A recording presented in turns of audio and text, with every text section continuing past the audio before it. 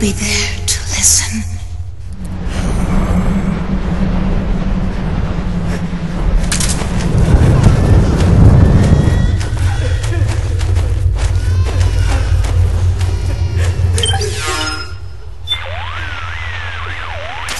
Snake, she's just like the others. Don't let her get close. Each of the beauties has reached for your embrace. And I'll bet this one is no different. Snake, you can't let her get close to you. Stay away.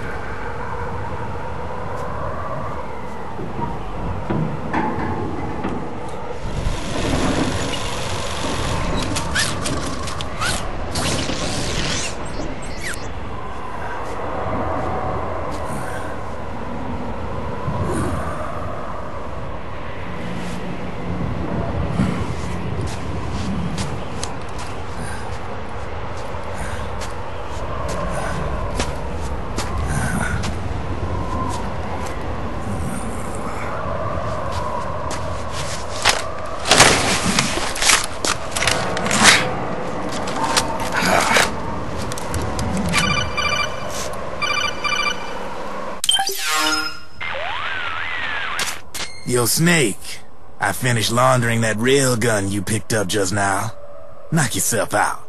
It's on the house. Thanks. Time for another bedtime story, Snake. This one's about crying wolf. You don't need me to tell you there's whole nations in Africa tearing themselves apart in the name of ethnic cleansing. Well, she was born into that environment. When she was a little girl, her village was attacked by rival armed factions. Her parents and siblings were slaughtered, and she was left a refugee. She took her last surviving relative, her baby brother, and ran as far as she could away from the war zone. One day, they came across an enemy unit, so she took her brother and hid in an abandoned shack. And then her brother started to cry. She knew that if the soldiers heard the noise, they would find them and kill them both. So she wrapped her hand as tight as she could around his mouth. As the footsteps gradually went away, she came back to her senses. Her brother wasn't crying anymore. Horrified, she pulled her hand away, covered in sweat and spit. He wasn't breathing. They say wolves eat their own pups when they die. She was spotted wandering through the thick of battle, carrying her dead brother in her arms. She had visions, too. A wolf walking alongside her. Every night the wolf would howl and cry, just like her brother did that day. Eventually, she made it to a government-run refugee camp.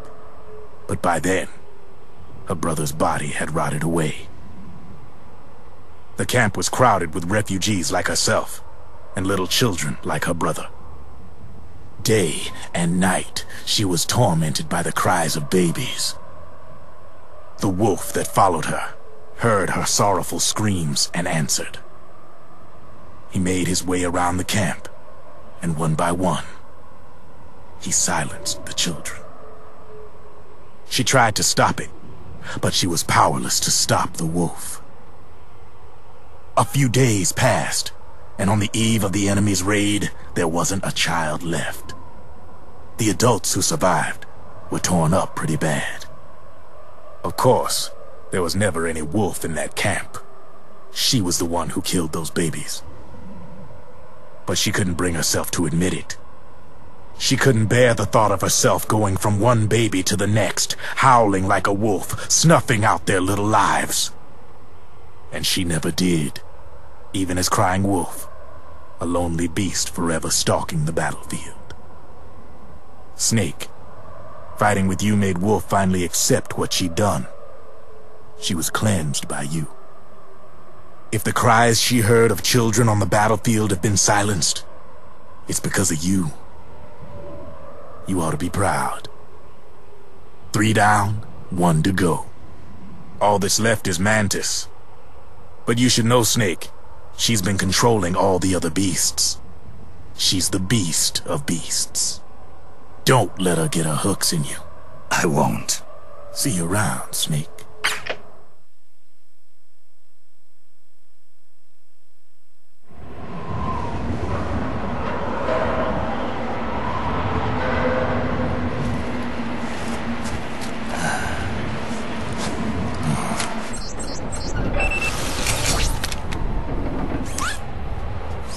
Welcome home, Wolf.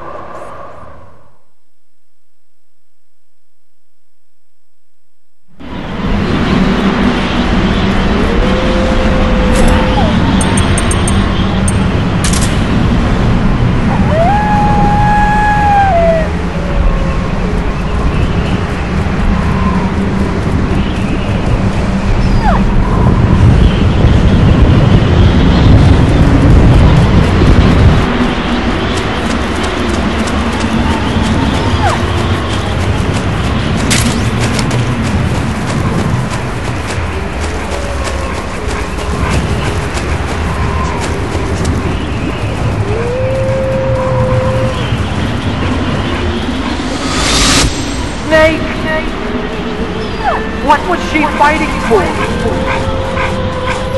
What am I fighting for? What are you fighting for? If we make it through this, I'll tell you. Okay. I'll be searching.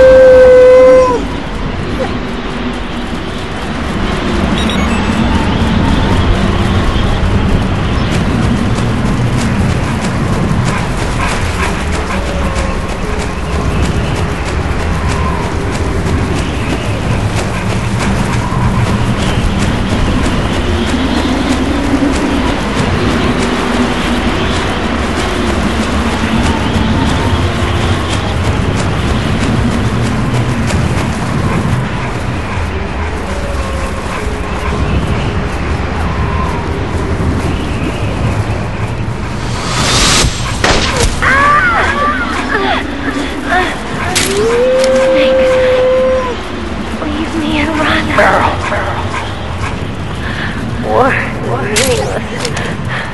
Nothing comes out of war. Snake, please, save yourself. Go on living and don't give up on people.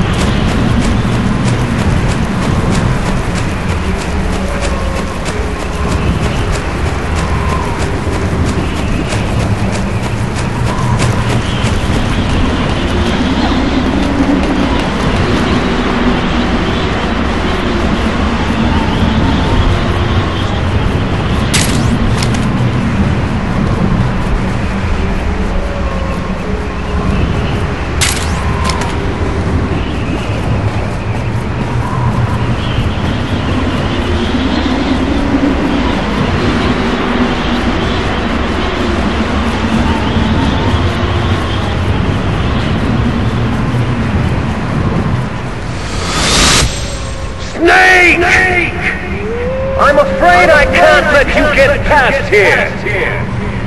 Liquid. You're not going any farther. Die!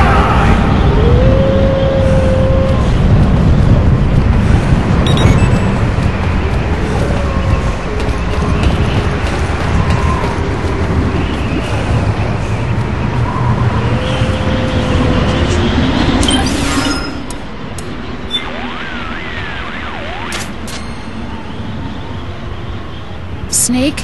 Oh, Rose. It's you. I'm glad to see you're safe. You're not hurt too seriously, are you? No. I'll live. I was listening in on the B&B's stories, too. It's heartbreaking. Those things happen every day on the battlefield. But you're right. They're never easy to hear. They've all suffered such unimaginable trauma. Hearing the cries of phantom infants in your head, facing flashbacks to uncontrollable rage. These are textbook clinical cases for us counselors. PTSD, right? Absolutely. I can't believe anybody would coerce them into entering battle in their state. Just goes to show how much faith Liquid has in their combat abilities. That's no excuse. No CSP member, no one with even a shred of conscience for that matter, would ever treat another human being like that. Conscience. Liquid. Listen, lady. It's more than just a matter of conscience. Without the proper treatment, their symptoms will worsen, eventually leaving them unfit for combat entirely. And that can't be good for their commanding officer. Maybe not, but it suits me just fine. Snake! Look, maybe it sounds callous to you, but that's how things are out here. We're talking about survival. Well, yes, but... I knew what you're trying to say, and your heart's in the right place. Yeah, maybe you're right. I'm sorry I lashed out like that. Forget about it. Snake, there's only one of those things left. Stay focused. The end is in sight. I'll be careful.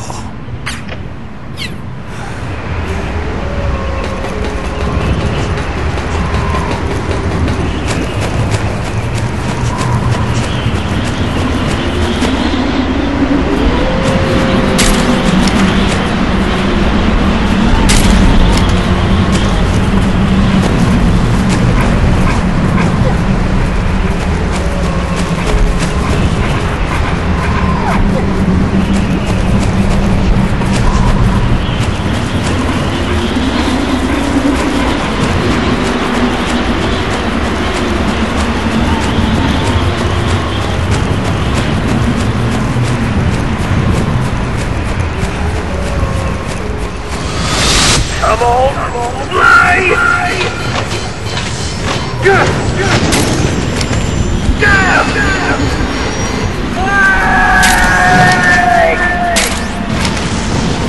See you in hell, Liquid.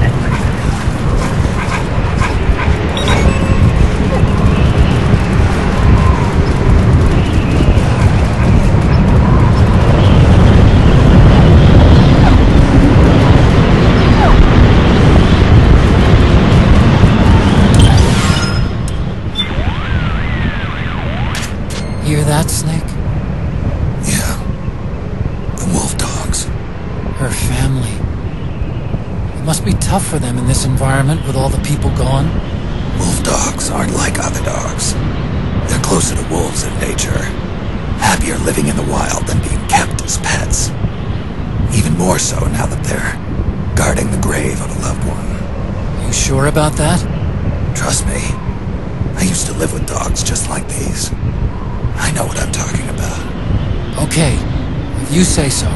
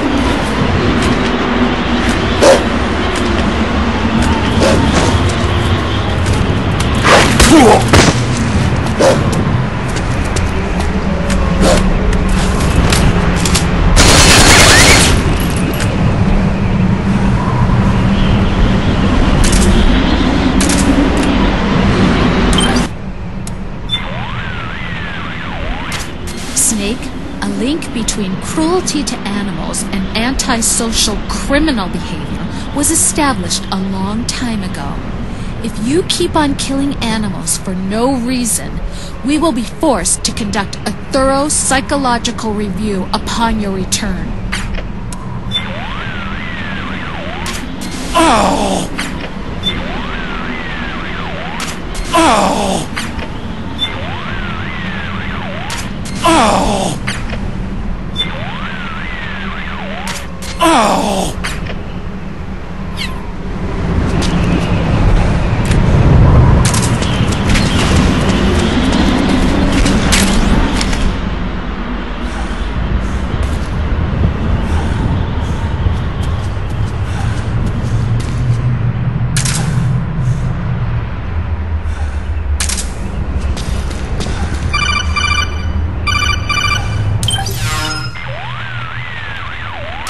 Hold it, Snake.